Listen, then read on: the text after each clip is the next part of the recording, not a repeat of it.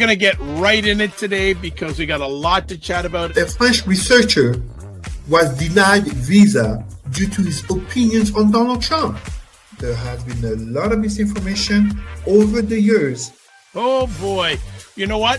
We're going to go back and forth with this.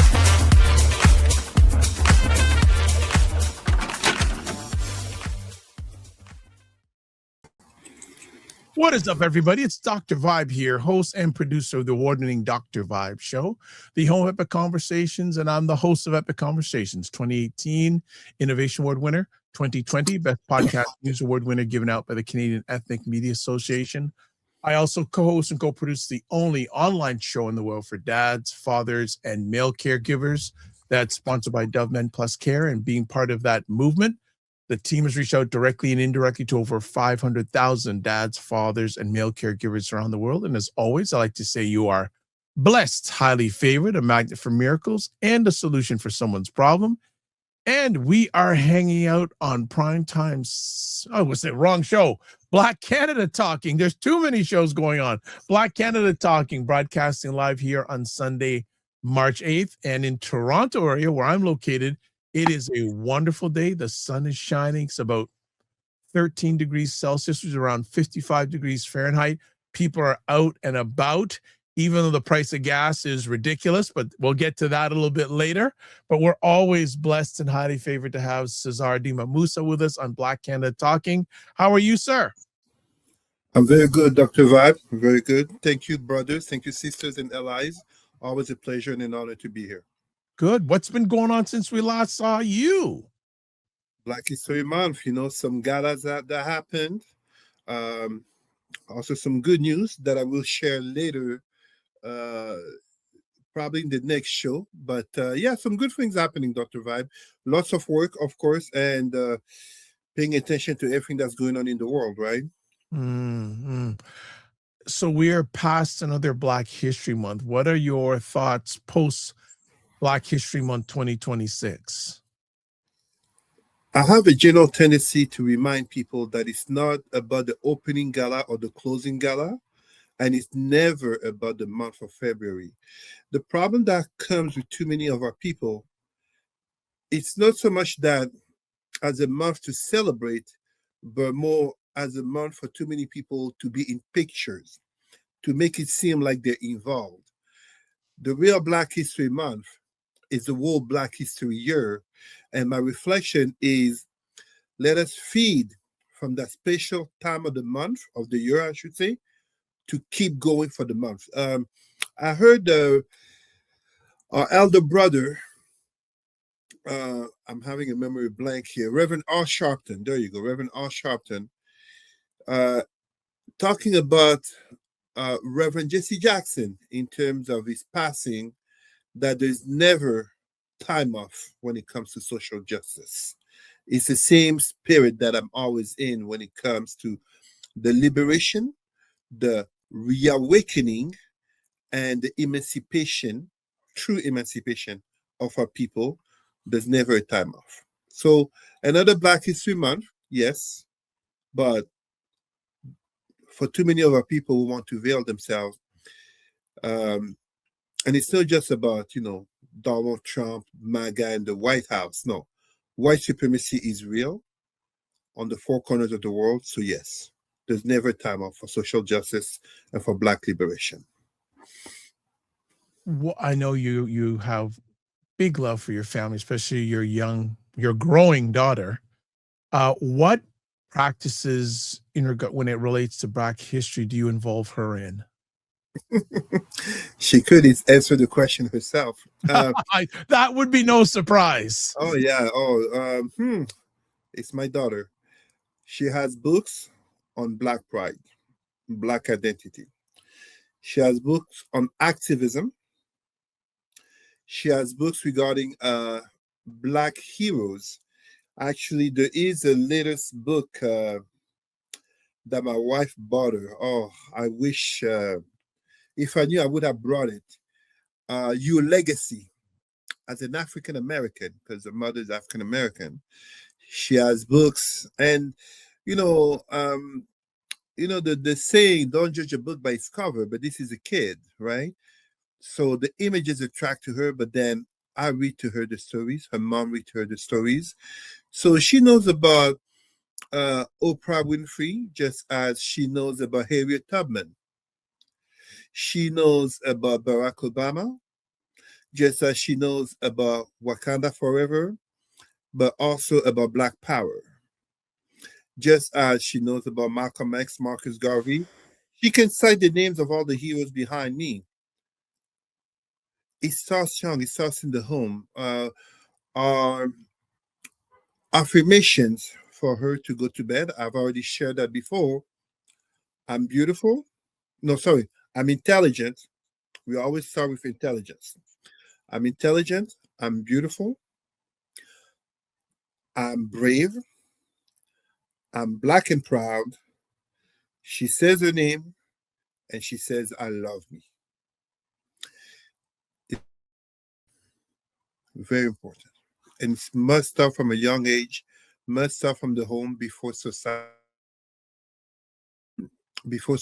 out there, before the influences of friends, and even sometimes from family members start to make her doubt or even to corrupt her sense of self and her sense of blackness.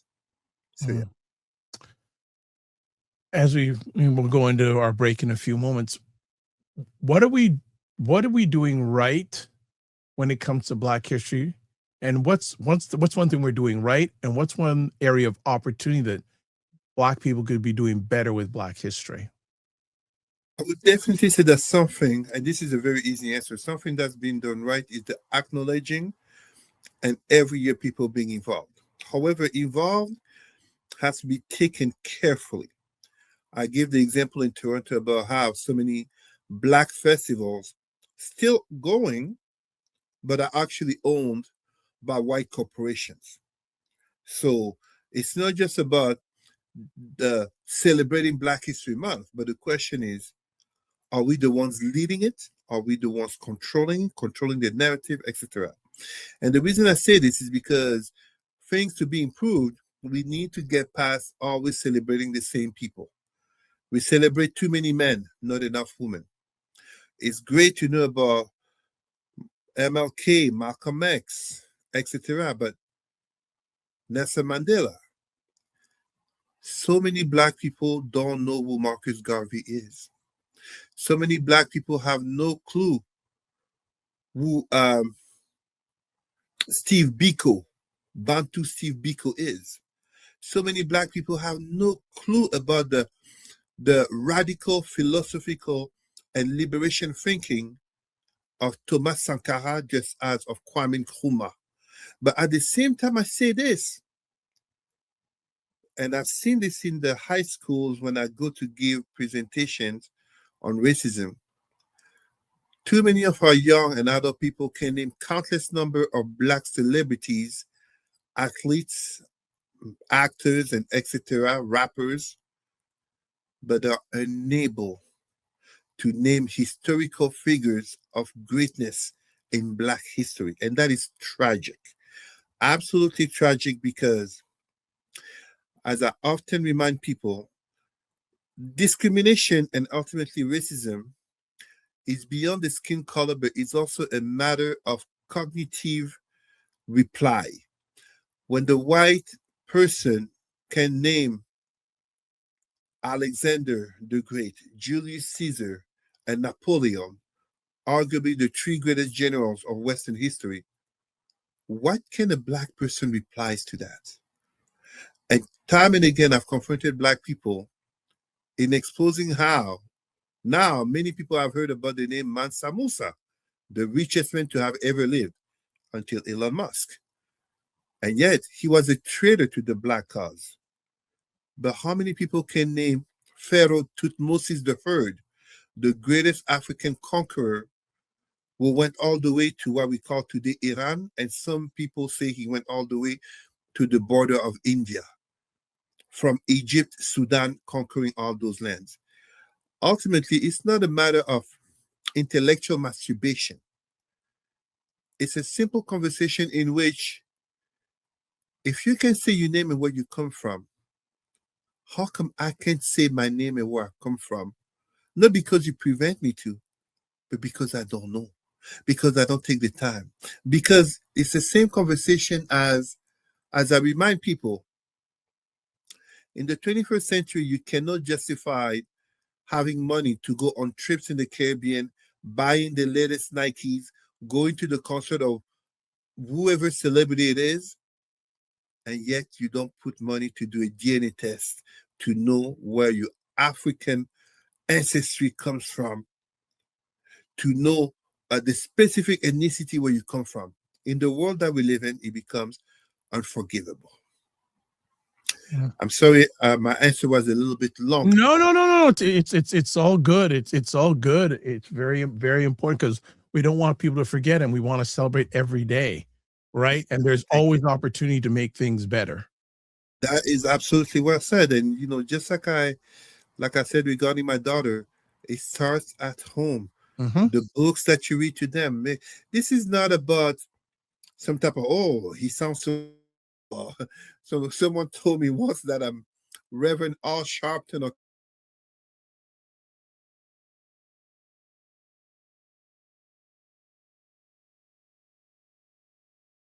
any such. It is always a matter of bringing in healthy, physically, but also emotionally and spiritually Black bodies. Mm-hmm. Jewish, Chinese, Indian, you name it. All the kids of other identities, the identity starts at home with the parents. There we go. 100%. Well, the president of the fan club is here. Michelle Baptiste says, Michelle. says greetings and salutations, good people. Thank so you, good Michelle. to have her in the house as always. Greetings to you as well. And then also she says, I really like how you continue to instill confidence in your daughter. Thank you, Michelle. Absolutely. Very important. And like I always say, she has a very diverse family. And it becomes even that much more important in this very diverse society that we live in, that I support, but for her to never feel any inferiority complex while being able to have white Jewish friends, white Muslim friends. Indian, Hindu friends lately. You see what I mean? So it makes a difference. 100%. Okay, on that, we are going to take a quick break. We're going to come back. We'll do some housekeeping. Then we got two subjects that are very, very important that we don't want to leave off the slate today. So we'll be back in 30 seconds. Hey, y'all, we've got your Saturday evening plans handled. It's smart conversation, lots of laughs, and a little bit of... Did they really just say that? That's because it's primetime Saturdays at 5 p.m. Eastern with Aisha K. Staggers and Laura Lalaki. Where they try to make sense of the nonsense going on in American politics and culture. Check it out. Let's watch Black Canada Talking live on Sundays at 5 p.m. Eastern, where Dr. Vibe and Cesar Ndema-Moussa give their takes and POVs on news stories from a Black Canadian perspective. All right, we're back on Black Canada Talking with Cesar and myself. A few things here. Please subscribe to the Dr. Vibe Show and you on YouTube and hit the notification button. So if you're going to subscribe, make sure you either watch live, watch replays, or engage, make comments. We want you to do that. And also follow the Dr. Vibe Show on Facebook, LinkedIn, Instagram, TikTok, and Substack. To advertise your business, product, or service on our show, please feel free to email me, dr.vibe at the drvibeshow.com. Cannot forget our good friend, Dr. Tachi, who is the power behind Indie Soup TV, independent content creators platform on YouTube with over 28,000 subscribers, which makes that site subscriber-wise on YouTube in the top 4% of all YouTube channels. And we're part of it. Happy to be part of it. Also, too, you know what we're going to do? We're actually going to show another quick, another quick video about something that your boy, Dr. Vibe, is involved with. So check it out. Toronto, July 25th. The Narrative Power Summit is landing in the 6.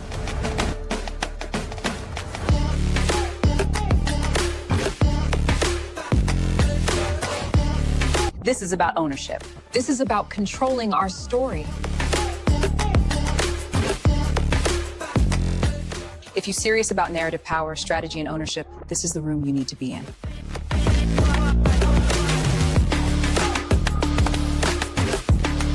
To get your tickets, go to africandiasporanews.org/Canada. I'll see you in Toronto. All right. So yes, African diaspora narrative is going to be huge, and it's driven by a gentleman named Philip Scott. And if you don't know who Philip Scott is, you should know. He is a Black entrepreneur who's been carving out his own place in regards to content creation. If you go to his African Diaspora News channel, has over 1 million subscribers, and he's basically built it on his own for the last 13 years. And one of the people that comes on monthly on one of my other shows, The Morning Vibe, Emma Ansa, does a lot of broadcasting there.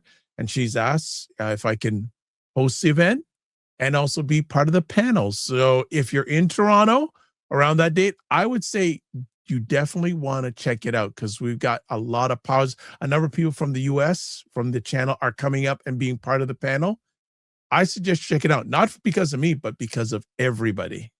And then finally, if you want to get in touch with Cesar, you can email him at president@rootsandculturecanada.com, or you can check him on email at Cesar Remy Emery. And then we got, sorry to bug you, we got another video because we want to introduce our first topic, and it is very apropos for today. So we'll be back in about 2 minutes. Today, we're diving into some real talk, the kind of conversation that doesn't just celebrate women, but challenges the systems that still hold too many back.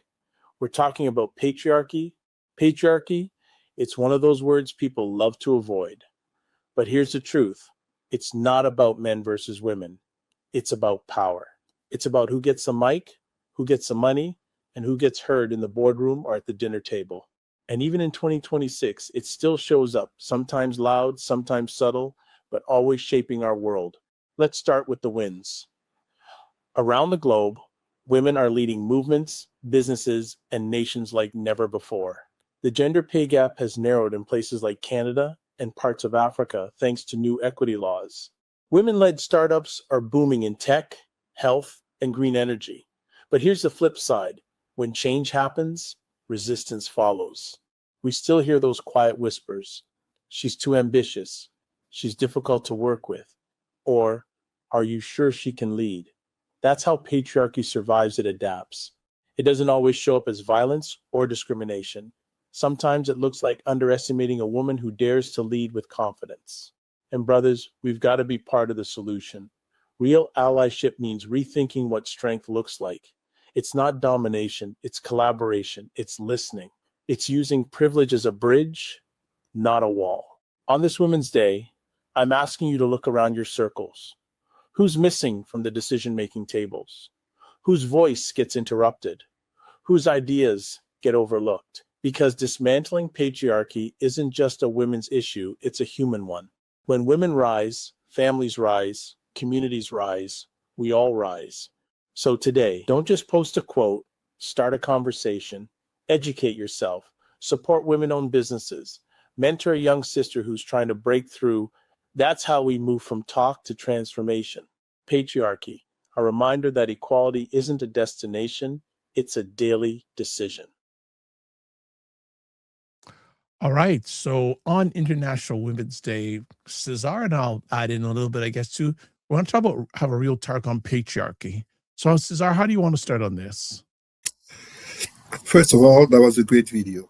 And I notably liked the aspect of building bridges, not walls, just as the aspect of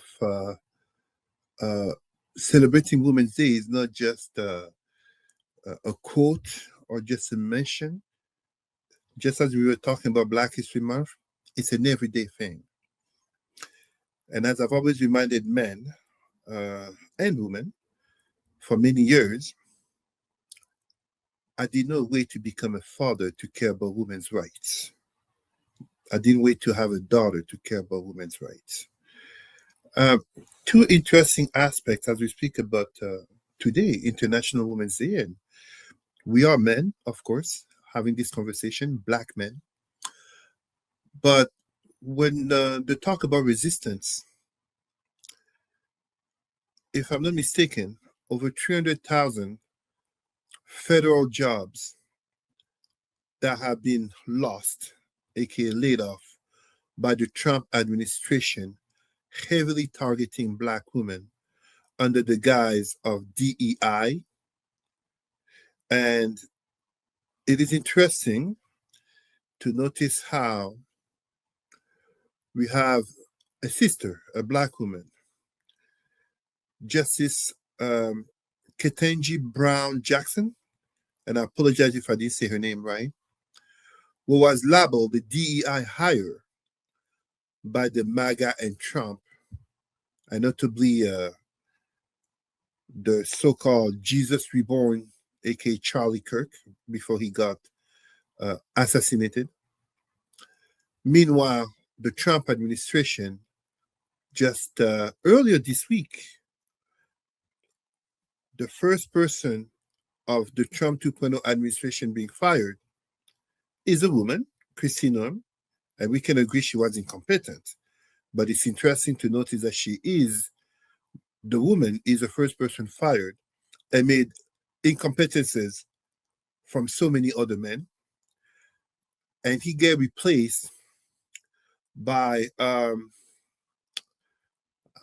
Max Wayne, if I'm not really I'll find out his name, but he was a former MMA wrestler. Max Wayne Mullen, the senator who only has high school education, was a former MMA fighter. I mean, the resume does not compare, just as with Charlie Kirk against women like Ketanji Brown Jackson and so many other women, notably Black women, who are being shoved down the rug or down the bus under claims which ultimately come down to them being women. Worse if they are Black, worse if they are lesbian women. It is indeed a reality when we talk about patriarchy. It's a reality in which I will absolutely agree with so many men talking about false accusations, talking about complaints regarding the family court system. FYI, from what I learned, if men actually challenge the family court system for custody of the child or to have more time with the child, overwhelmingly, they get it granted. It's just that so few men do such and actually put the time and invest in doing so. So by default, the woman is still considered the primary caregiver.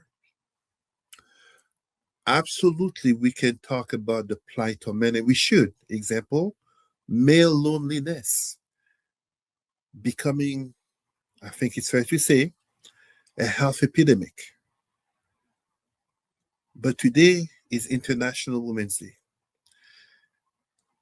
The month of March technically is Women's Month.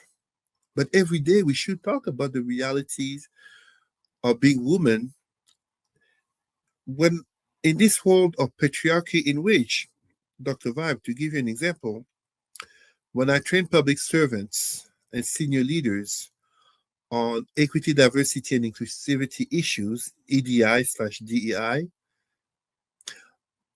I've never had a woman disagree with me, and I say this with, of course, much humility to the fact that I am a man.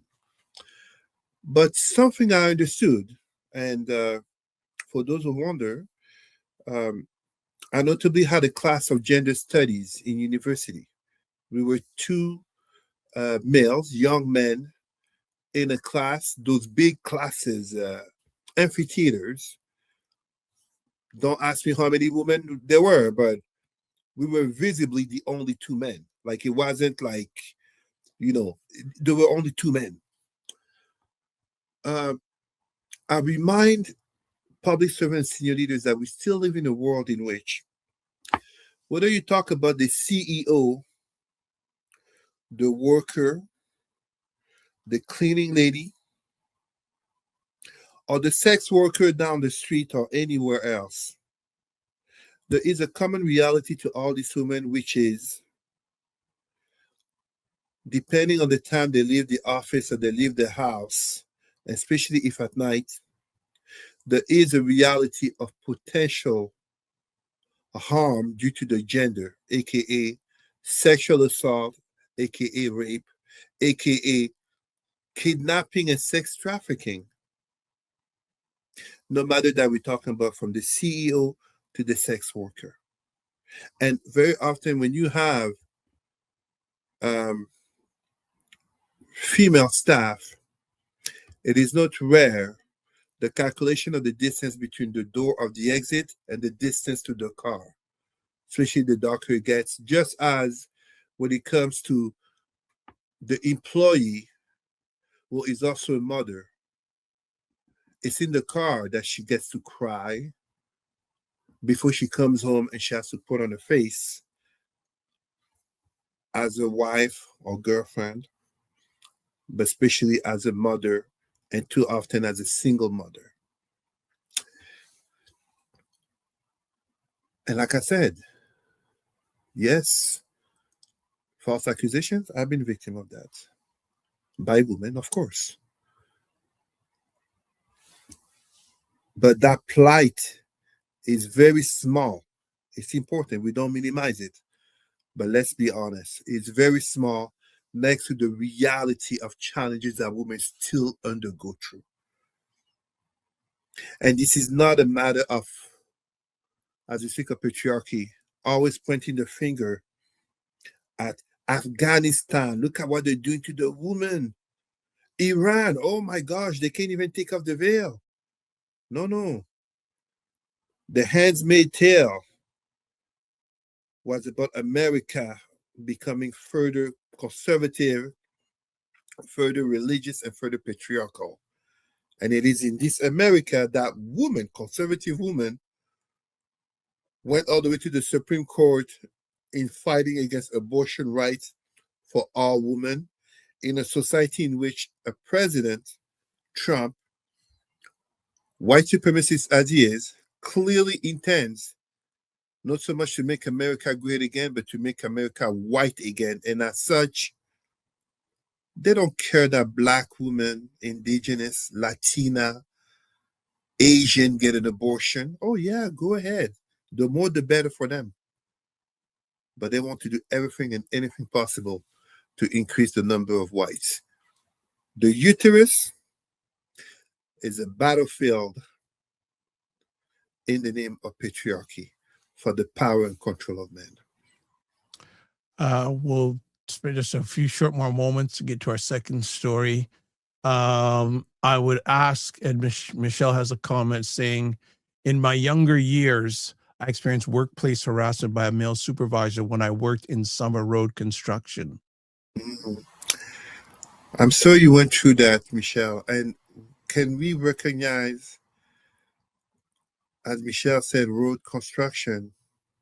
You know, a part of patriarchy is that aspect of control, aka sending a message to women that this is not the place. Just as for us as Blacks, you know, entering fields in which we are not expected, being reminded of our place. It's the same thing. And too often, what gets to be done? Nothing gets to be done to the perpetrator. Oh, woman, you exaggerate. Oh, you Black, the race card again. And yet, it is factual, it is documented. Workplace harassment is very real. Workplace intimidation is very real. And when you add the intersectionality of gender, but also of age, etc., it makes it worse. One other quick conversation piece. How can men hold other men accountable in rooms where there are no women present? That is an excellent question, to which, as I remind people, I am not I mean, I don't believe in anything. I am not. I was religious. I rejected religion and God, etc. I'm also not a positivist person. I'm not a pessimist, but I'm not a positivist. I am a realist. And as such, part of my values, which are my character, is an example in which, as a man, I do not allow around me, in the privacy of my home, my friends and family know this. I do not allow racist jokes, just as I do not allow sexist jokes. I don't allow homophobic jokes. Um, my wife and I are very clear about that because, Dr. Vibe, you can imagine what kind of hypocrite would that sound like, presenting on EDI and everything you want, but in the privacy of my home, the N word, calling women by the C word, making rape jokes because I have some guy friends over and we're playing dominoes,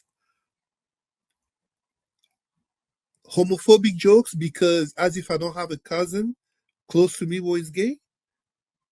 And even if I didn't have a cousin who is gay, still. So the holding other men accountable start first and foremost by holding ourselves accountable to the values that we claim to be about and imposing them upon another. This is not about some type of moral or speech control. Absolutely not. What I'm saying is that in my presence, and especially in my home, such language is not tolerated. Furthermore, because of who I claim to be about, who I stand for in regards to social justice, it's like having an ally, white, Asian, whatever you want to call it, ally to the black cause, Wakanda forever. Let's give the mic and the platform to a black person, and in the privacy of the home, they don't say anything when the spouse is racist.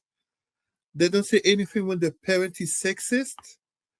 They don't say anything when the relatives are making homophobic jokes. Is that an ally? That's a hypocrite. So we start holding other men accountable by holding ourselves accountable and saying, no, I will not allow you to use such language. If you want to use it, as you are free to do, freedom of speech, I cannot associate myself with you. And I have cut off friendships because of such. I am very well known here in Ottawa.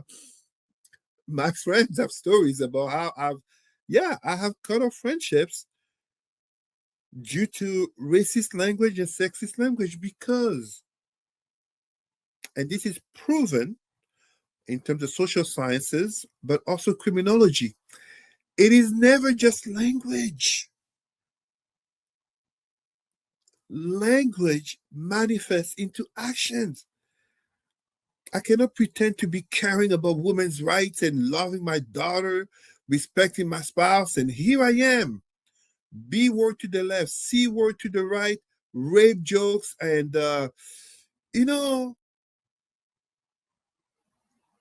forget International Women's Day. How and why would any woman trust me? And this is not to paint women as the eternal victims who need male safety. But how could and why would any woman trust me that I can be an upstanding citizen and a solid man telling other men, you shall not rape her, as I've done many times as a security manager in nightclubs.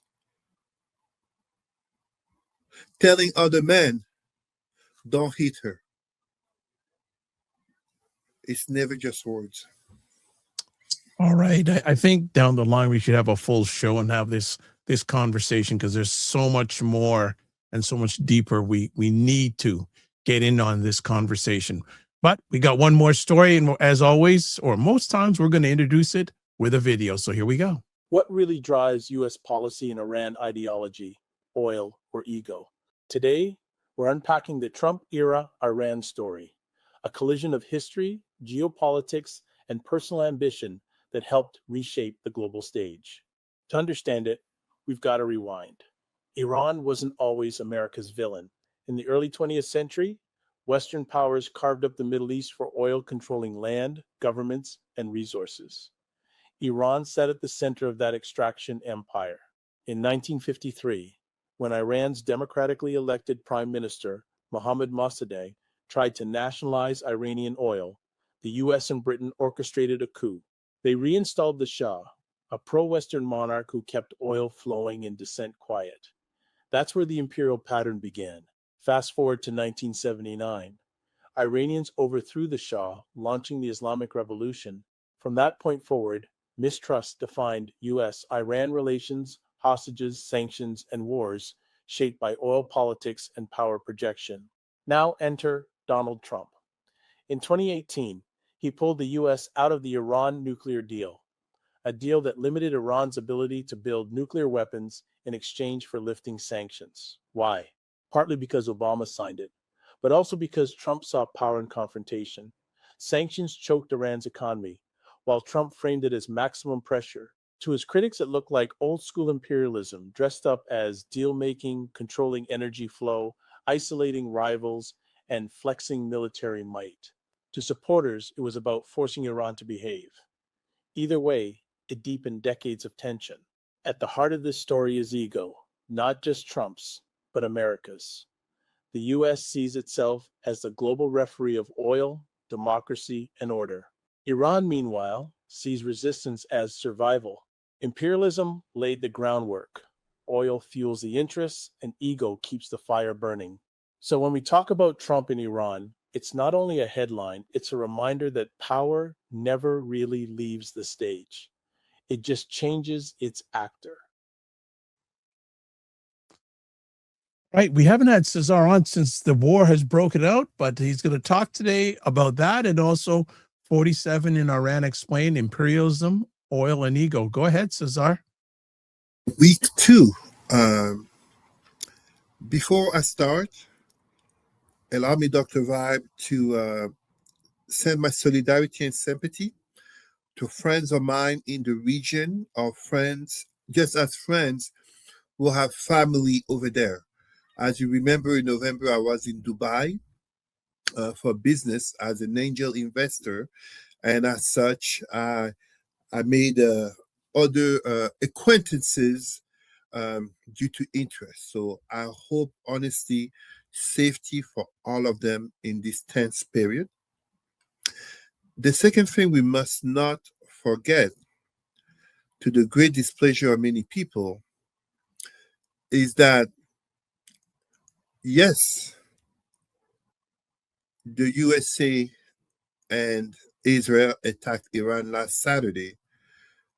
Technically, Iran has been at war with Israel since 1979 and against the so-called Great Satan, aka USA.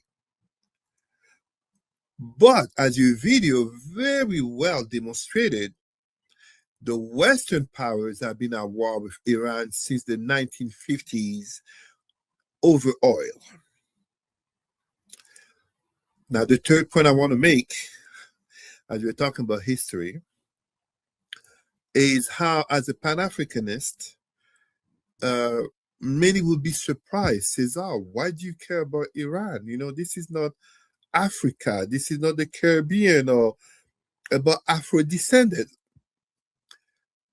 My sisters and my brothers, it is important to remember there is a Black community in Iran, Afro-Iranians. Those of you who follow the celebrities known as Kardashians may have noticed that they have two, I think the twin sisters or two sisters who are Black, whose background is actually Iranian. Afro-Iranians, descendant of slavery, but actually there are Afro-Iranians who have been there forever, just as the original Arabs, the indigenous Arabs, before the white Arabs that we see today, were actually Black. For those who do not know, 2008, when Barack Obama was elected president of the United States, and I worked for the Obama campaign as an international, part of the International Corps of Volunteers, It had been 2,500 years since a black man was at the center of global politics because it was the Persian army. So Iran is the name of the country, but the ethnicity is Persian. It was the Persian army of Emperor Cyrus the Great, through his son Cambyses, who defeated Kemet, ancient pharaonic Black Egypt. It was the Persian armies of Cambyses who defeated Kemet, and that was the end of Kemet. That was the end of the Black Pharaohs as we know it. Now, as I made these 3 points, and we talk about Ayatollah Ali Khamenei, who was bombed, and with his granddaughter, his daughter, and 40 others.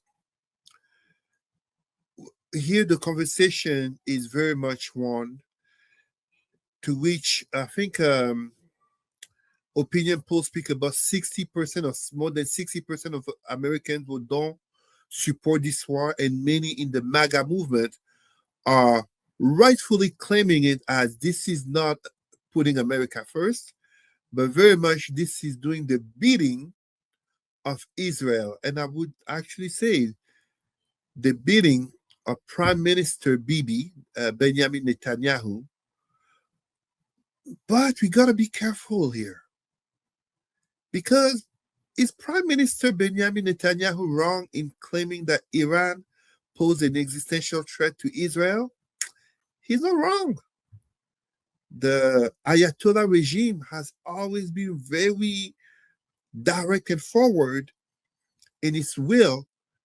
Now, I might be wrong here, but if I'm correct, the intent of the Ayatollah regime was against the Zionist state of Israel, not against Jewish people, because, surprise, surprise, there are Jewish people in Iran.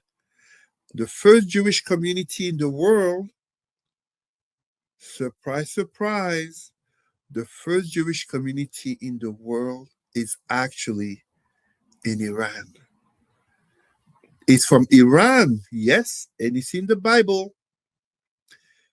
The prophet Esdras, in the 6th century before the Common Era, led the Hebrews of the tribe of Judah, Jewish means from the tribe of Judah, back to the land that we call today Israel/Palestine.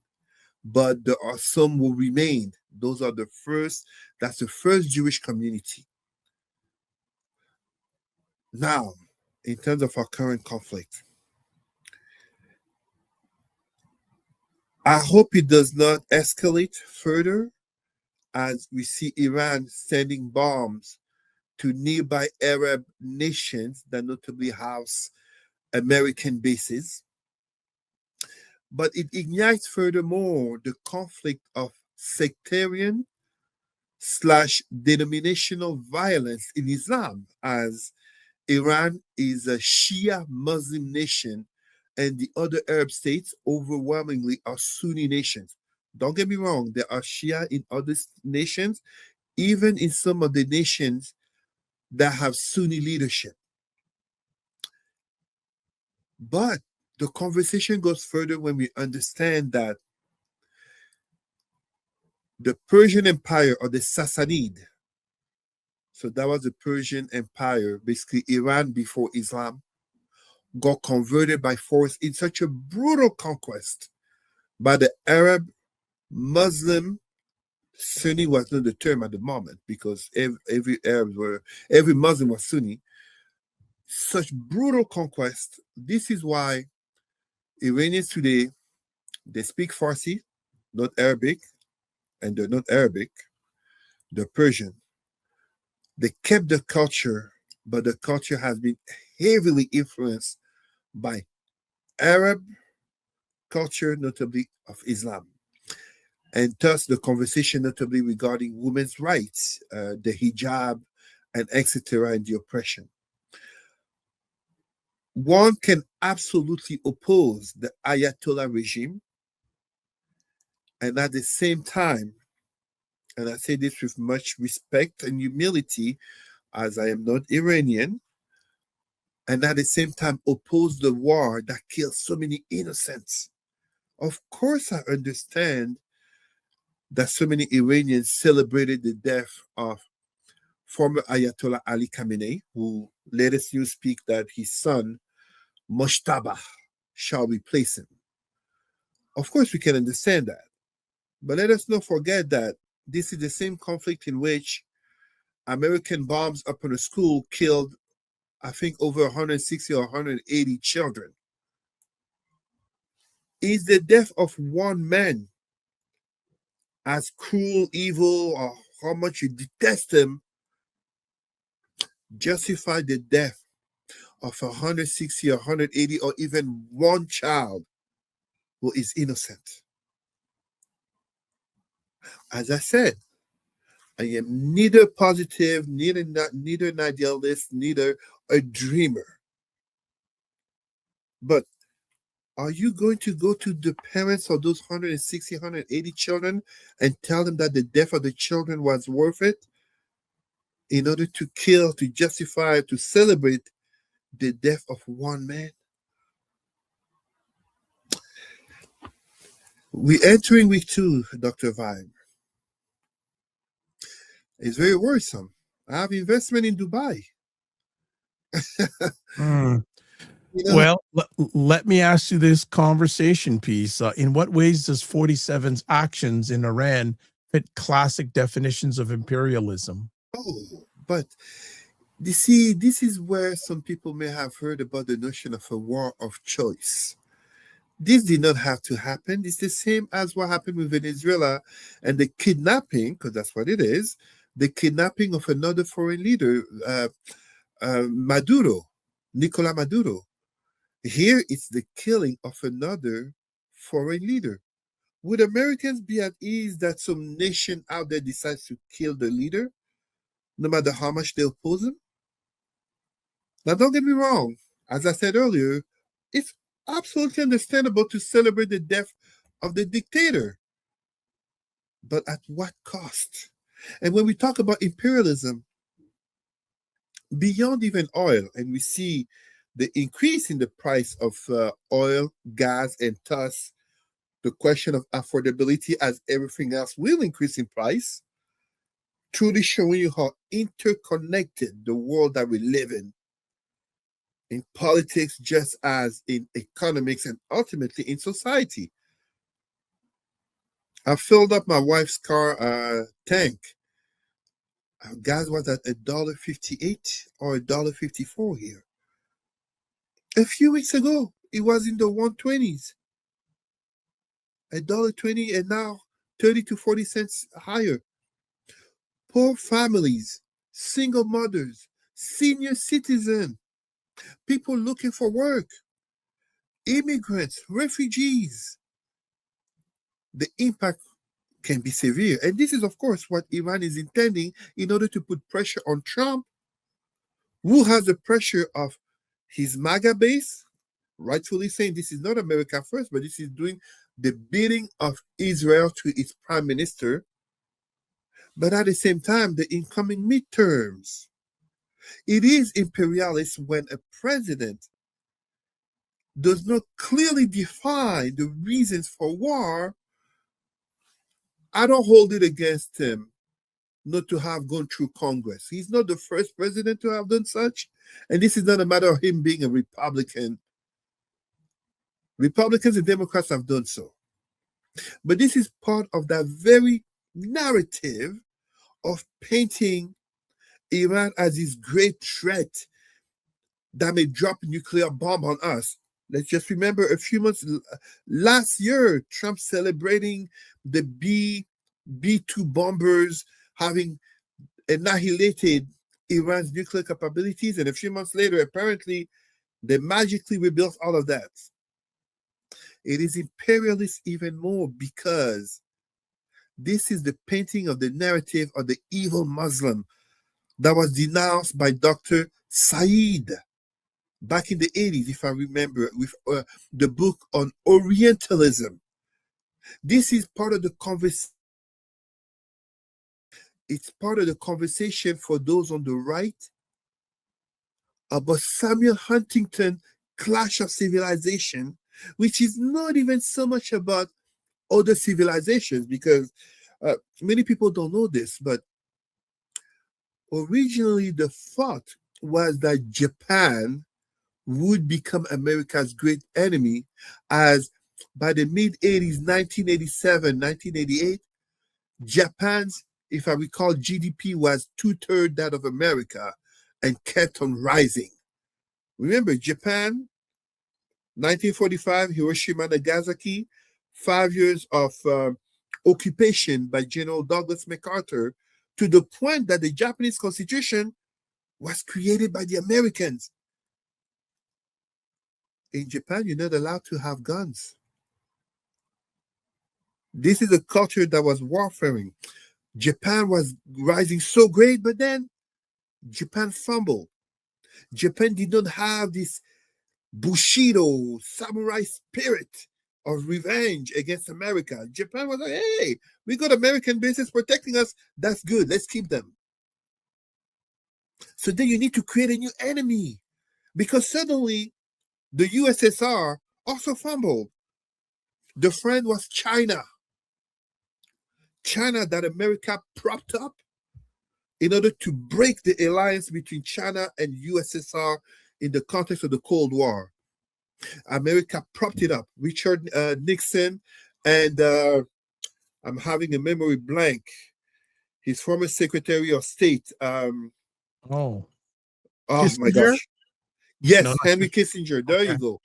There you go. The visit of Nixon to Mao in China, 1972. Yes. Famous visit. Yeah. And then Mao dies 1976. Deng Xiaoping comes on. China rises again. Everything is going great. America actually helped China become rich. People get shocked when I tell them. The leader of the CCP, Chinese Communist Party, Chairman Xi Jinping, where do you think his daughter went to school to? Dr. Vibe, where do you think his daughter America, went to school? Obviously. Of course. But then 2016, 2017, China becomes too great, too powerful. Obama shifted his focus from Europe. Basically, since America has existed,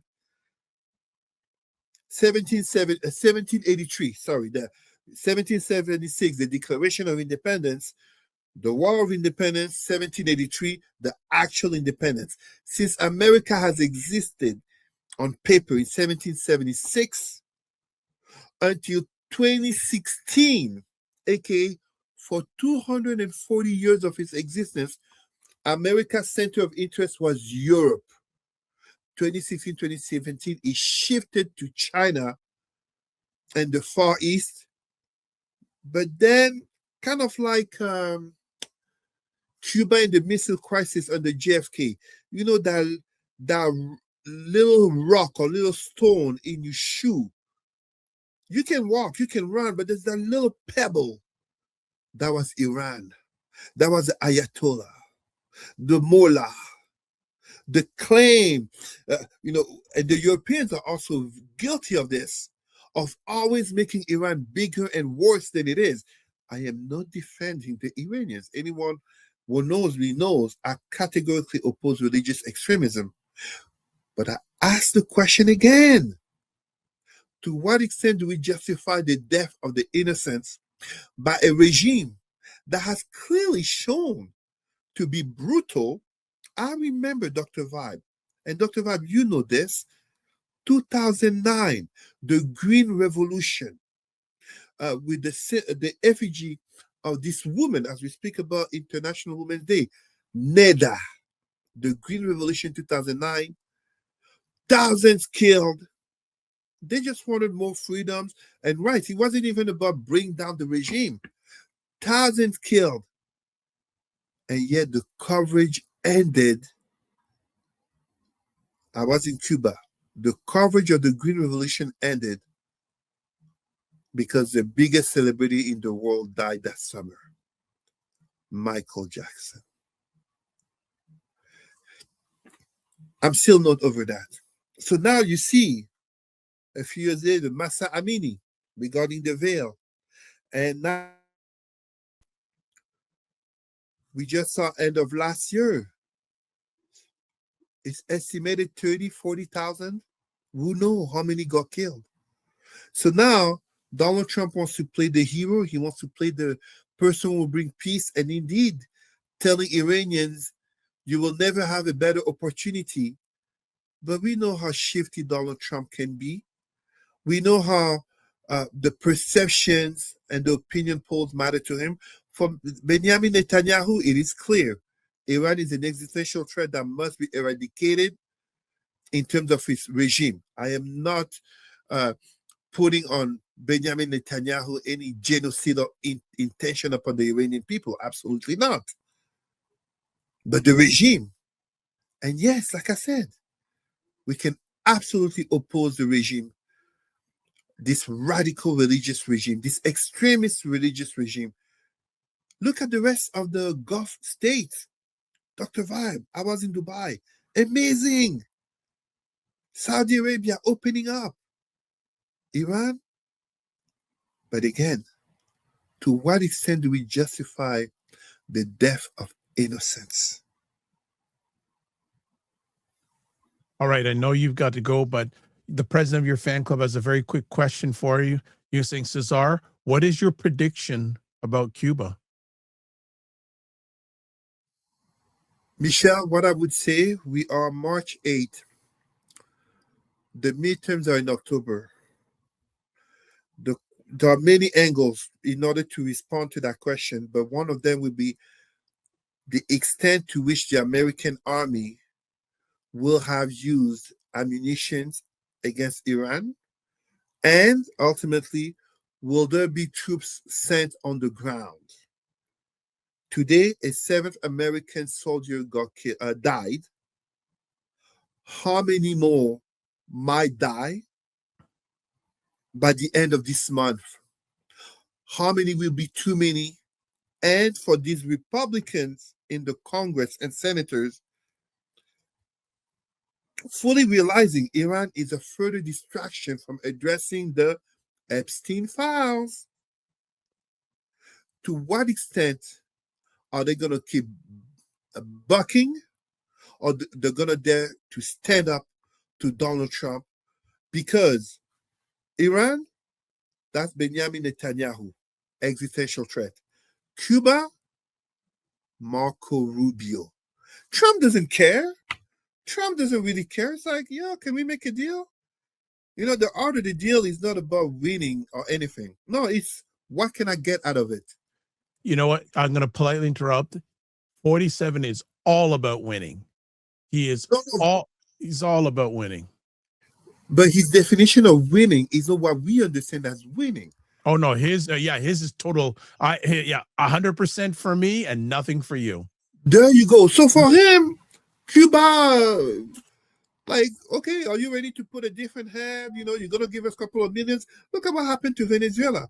So his definition can be like, you know, let's just kidnap the leader, put him in jail, and fabricate some whatever accusations, and you know, we got a new figurehead. It's the same regime, but they're gonna give us you know, some free flights for Americans to go to Cuba. Okay, sure. Michelle, what I would say is that it will greatly depend on what happens regarding Iran, the evolution of the Epstein file, or the continuous covering up of it, and whether Republicans in Congress and Senate stand up to Trump ahead of the midterms. I was in Cuba, as I was saying earlier, back in 2009. The situation has worsened. But at the end of the day, on the four corners of the world, no matter the people we talk about, human rights, dignity, respect must matter, because people don't forget. They don't forget what tries to humiliate them, and they don't forget what kill them. And the risk is that you end up having people wanting to take revenge. We saw what happened last week. The attack on Iran, there was a brother from Senegal, an African, who went to conduct a terrorist attack on a U.S. base, I think Austin, Texas, with a shirt saying something about belonging to Allah and doing this act in the name of Iran. This is the same conversation where 11 years ago, 2015 in France, the Charlie Hebdo terrorist attack that killed so many people, so many innocent French enjoying the Saturday, Jewish people just living their lives. Victims of the reaction to state actions. This is what is even more worrisome. True. And yesterday, Aisha mentioned that a number of Americans don't realize that when Iranians go to fight, they fight with death in mind. They're more than ready to die. It's the Shahid mentality. Shahid, Yes. which means martyrdom mentality. Mm-hmm. So, and she questioned if a number of Americans going there, are they ready to? Okay. no. Let us be honest. The American army is an army of conscripts in which volunteers. Sorry, I should say volunteers. It's an army of volunteers, and we know the main reason people. I might be wrong on my data, but as far as I know, the main reason people are entering the army is not out of some patriotism or because their grandfather was in the army or whatever. No. College is paid. Yes. Health benefits. Yes. You get a job with experience. Yeah. You get to travel around the world. It's not, I want to take a bullet for the flag. Unlike the other people will clearly, martyrdom is a great thing to look for. It's a different mindset. Yeah. All right. That is it for today because Cesar has to make a move. But before we finish up, as always, if you want to get in touch with Cesar, it's email president@rootsandculturecanada.com, Facebook Cesar Remy Emery. Again, if you want to subscribe to the Dr. Vibe Show on YouTube, hit the notification button and subscribe. Also follow me on Facebook, LinkedIn, Instagram, TikTok, and Substack. If you want to advertise your business, product, or service on any of the platforms I'm a part of, email me, dr period VIBE at the DR VIBESHOW.com. You can also watch replays of this show on the Dr. Vibe Show, YouTube, Facebook, and LinkedIn, and also the Dr. Vibe Show website. And also, too, don't forget the ADNC Narrative Power Summit, Aqua Supper Club in Toronto, Saturday, July 25th, 2026, from 5 p.m. to 11:30 p.m.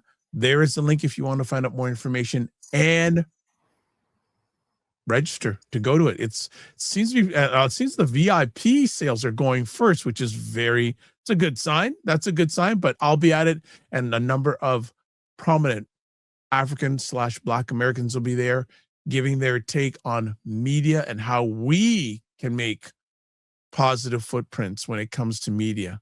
So as always, live your life as a dream. If you can dream it, you can make it. Sometimes you have to get smaller, get stronger. Block assumptions. Aim bigger, aim better, aim higher, aim wider. Love, faith, and respect.